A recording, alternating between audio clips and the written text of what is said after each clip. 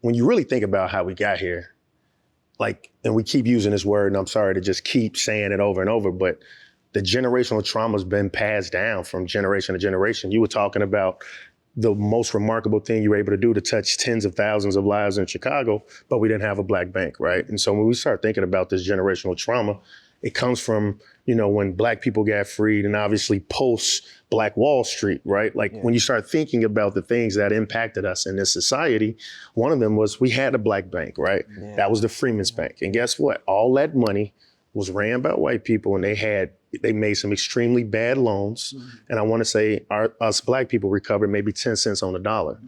And so when you think about why your uncle or my granddaddy or your granddaddy had a mistrust of the banks, well, I need to see my money. Mm-hmm. And so the reality is black people, not only are we underbanked, we're underinvested. And it's largely because of the generational trauma that's passed down. How many people do we know that say, I don't want to invest because I don't want to lose no money? That's right. And I instantly say, well, listen, by not investing, yes, purely keeping your money in a bank account, you're already losing it due to something called inflation. And Pastor Dates, you just said something I want to just stop you and say it's okay to be that type of pastor where you're talking about money. And I love the way you said, look, I'm not asking for the money. I'm telling you about the money because money is a resource. But the reality is if we don't continue to educate our people and work on our purpose, we'll be broke. This is life or death now, right? By the year 2053, Black median net worth is going to be zero. I'm going to say that again. By the year 2053, Black median net worth will be zero. And that's right now, we're starting at what, like $10,000, right? And you say the average person don't have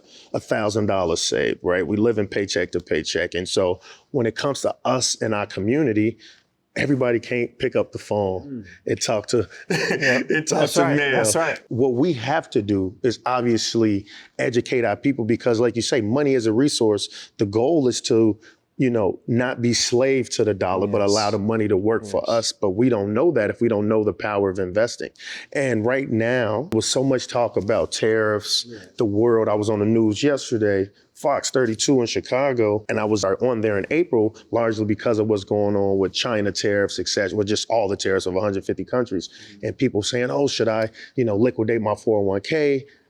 And my response then, and it still is now's the best time to invest. Mm-hmm. But we don't know that because we're not taught that. And so today, the market is back positive on the year. And so us as a community, when we see that real estate is at all-time highs, the stock market is back positive, it'll be back to all-time highs again soon, but we don't have no share in that. Yeah. Mm-hmm. And it's largely because of those generational traumas that keep getting passed down. And so when we talk about the most important part in the Black community, that being the Black church, I think the Black church, you guys have to find a way, and obviously you're leading the charge in this, but I think you have to look at it through a lens and say, okay, how can us as a community and as a people get further ahead? And obviously, like I said, doing the same thing over and over, expecting different results, that's the definition of insanity. You're speaking to my soul right now. And it's for me, it's the idea of why don't we get it? Why can't we get it? Why do we continue to live in our yesterday? That's what it is, our yesterday, our past.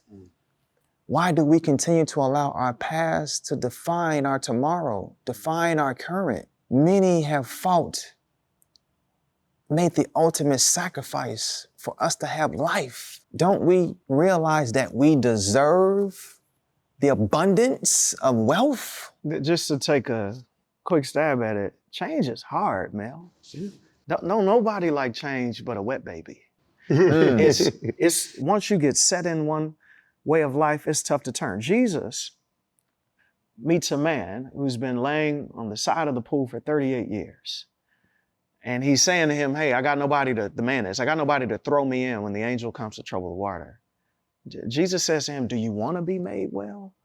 Now that's an odd question when you're looking at a man who's laying there and has been in that predicament for more than 3 decades. Do you want to be? Yeah, of course he does. Jesus, look at him.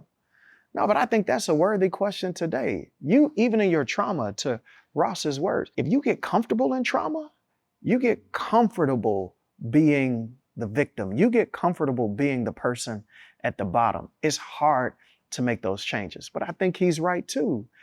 It's easy in one sense for us to sit in a room who've accessed this information and experienced the power and to say, why won't people? When the truth is, they don't even know what we know. So the scripture says, people perish really because of lack of knowledge. We don't know. So do people want to be free? I think so. Do they want to pay the price for change? I don't know. But it's on us to get the resources and the information. And I think, to Ross's point, really, this is one of the strongest, to kids.